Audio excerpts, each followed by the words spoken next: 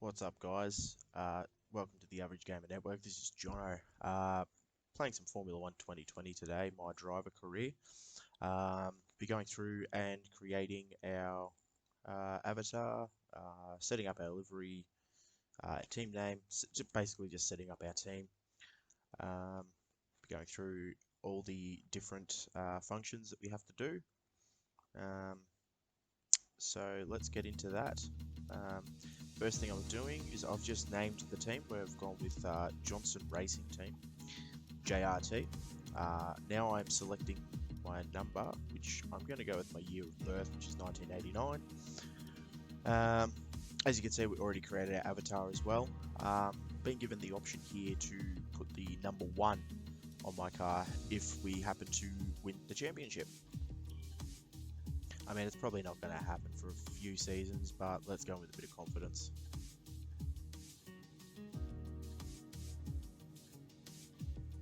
Okay boss, Carl here. Let's get this team up and running. The first thing we need to do is register a team name and bring in some important partners. First, enter a team name. Now, let's choose our primary sponsor for this season.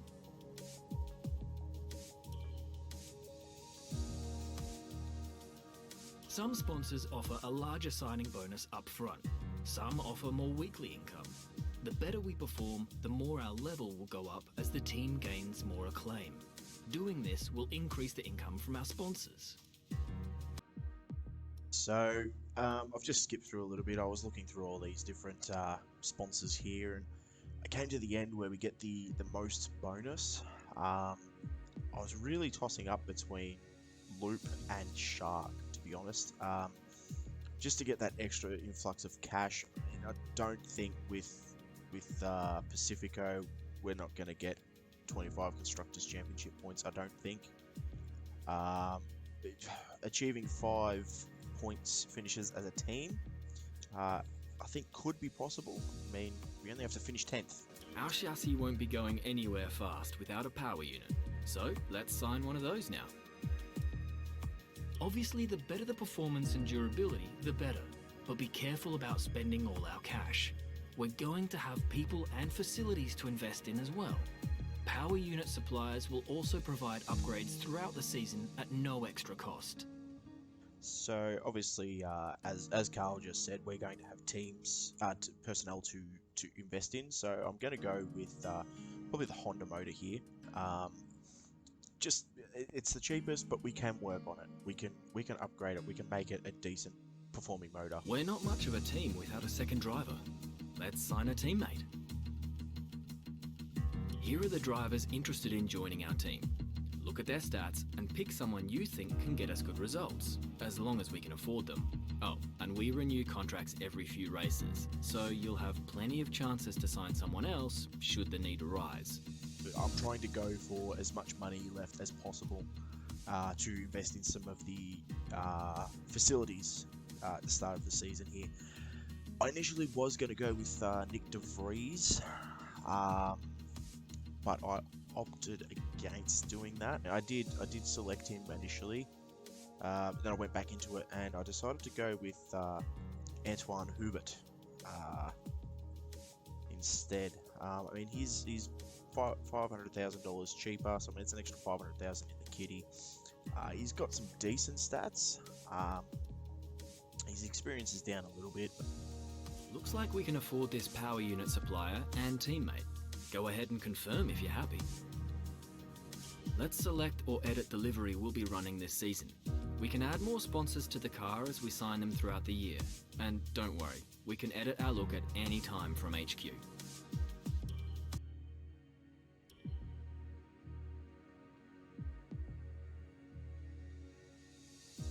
Now moving on to our livery.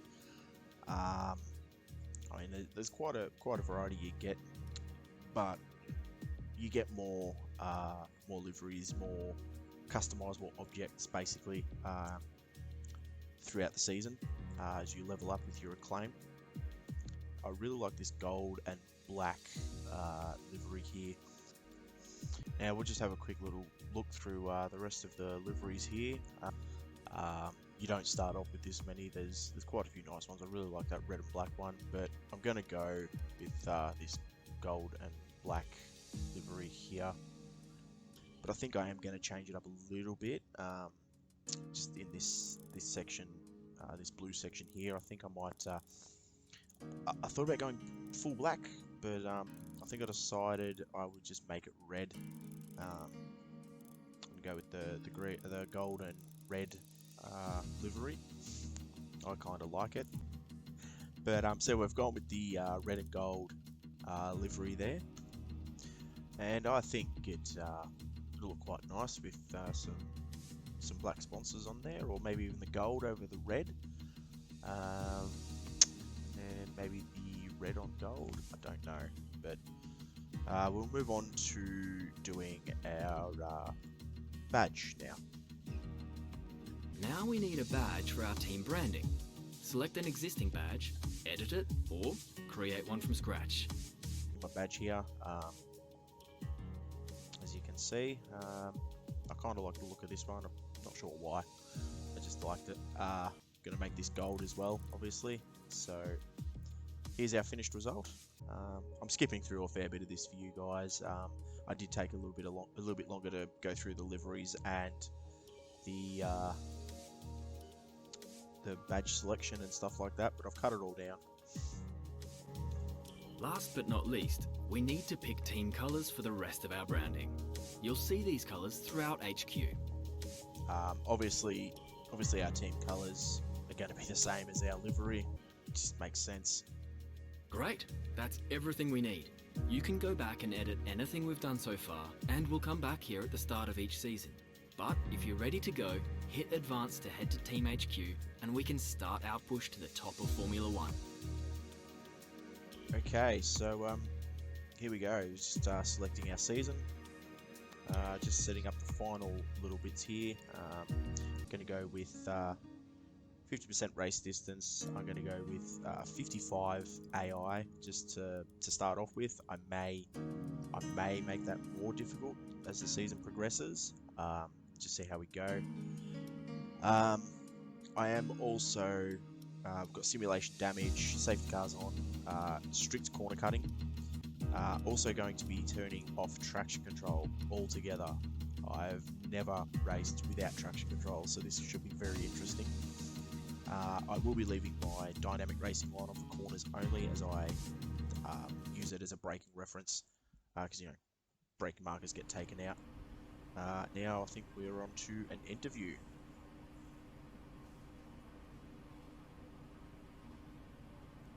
Okay, we're live in 5, 4, 3. Hello folks, and welcome to the HQ of Formula One's newest team. We've been invited backstage to gain an exclusive insight into what could be one of the most exciting entries in the sport for many years. Now, we've seen a number of new teams enter the sport over the last decade, amongst their number Manor, Caterham, HRT and of course Haas. And while some have proved to be successful, others have morphed into different teams and some have disappeared completely. What marks this team out though as being something different is that its owner is also its driver. Now, there's a rich history of that in Formula 1 too. Sir Jack Brabham, John Surtees, Graham Hill and Bruce McLaren all drove their own cars in the sport, but it has become increasingly rare in recent years. What's very special about this team though is that while the team itself is new to Formula 1, so too is its driver and owner. Whatever happens this season, you've already made the history books. Tell me, do you feel up to the mammoth task of both managing and driving for a Formula 1 team? Of course I do. I wholly and solely believe in me and my team being able to pull this off. In the next couple of years, we hope to be pushing for some points. But yeah, I do believe that me and my team can do this.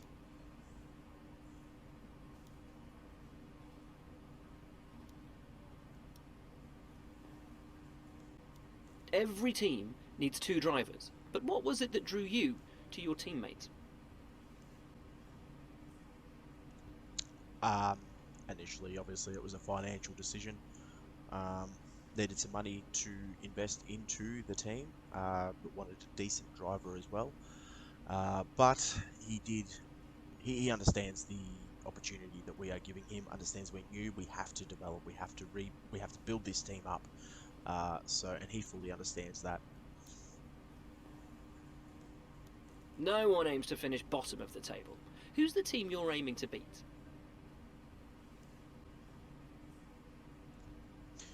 Obviously, the safe answer here is Williams. So I think we're just gonna go with that one. Yeah.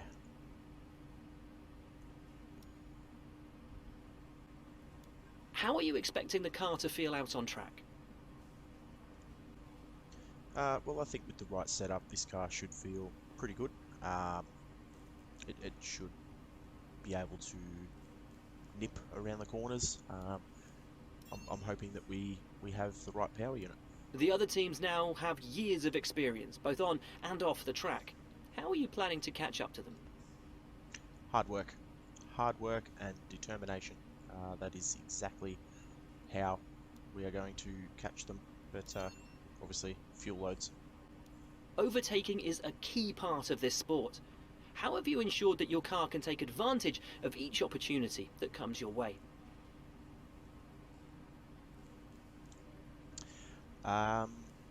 We've got a pretty good aero package. We've worked on the streamlining. And finally, which of your new departments are you most proud of? I'm proud of all of them. They've all done an exceptional job. Our durability department has worked wonders on our reliability. We've got some good aero, but I think I'm most proud of our power unit.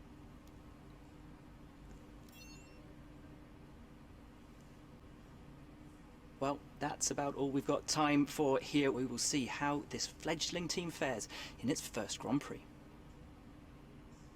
Okay, great, thank you. That's a wrap.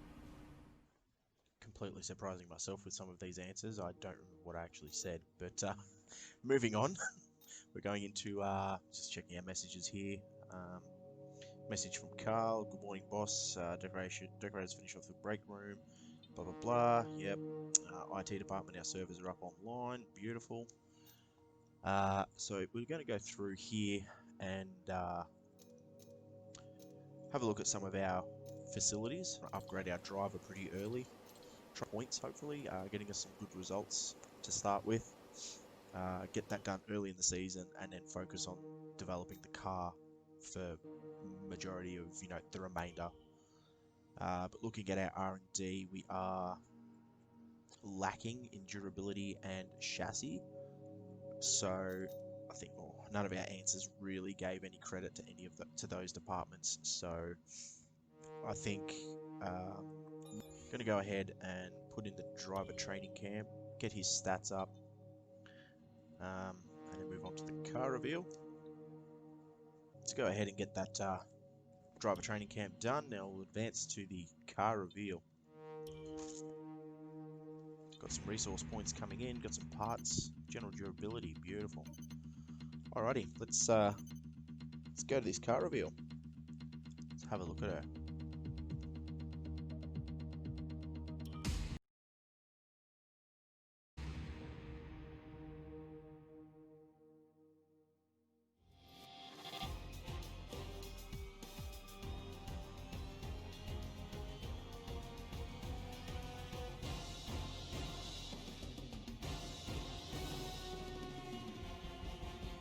Is the red and gold machine of Johnson Racing Team. Okay, so we'll advance time a little bit more, I think. No, we've got what can we put in? Pre-season driver press tour, merchandise sale, get some extra cash for our developments of the facilities, which I think we will go with. Got some more durability upgrades coming. Some weekly resources, some cash. Alrighty, I think now can I upgrade any facilities? I think I've already got one on the powertrain apparently, so let's see what other developments we'll go with. We'll chuck in a chassis one. Now obviously, we're not going to get this before round one at the Australian Grand Prix, but hopefully it will come in. It will come in time for Bahrain, which will really help in some of the corners around Bahrain, and we'll just chuck in a durability upgrade on the gearbox there. Don't think. Yeah, I haven't got enough resource points to do any more aerodynamics, so let's just having a look through our different facilities here. I thought about throwing some money into the aerodynamics facility here, but like I said, I really want to get the driver, our second driver. I want to get him going early on to try and push for some results for us. So I think what we'll do is we'll go in and we'll do some personnel, and I think we'll go with the fitness center, I reckon. Maybe the analysts. I'll go with fitness center, I think. 15 million, 1.5 million. So that'll give him some stats there, and hopefully, you know, he'll be decent for round one. But it's round one. I'm not expecting great results, to be honest. But we'll see what happens. We're just checking out a few different things here. But that's where I'll leave this video for today, guys. I hope you've enjoyed it. Leave a like if you did. If you want to see more content, I mean, I'm not promising any great content, but if you want to see some more, please subscribe and hit the notification bell. And I will see you all in the next video.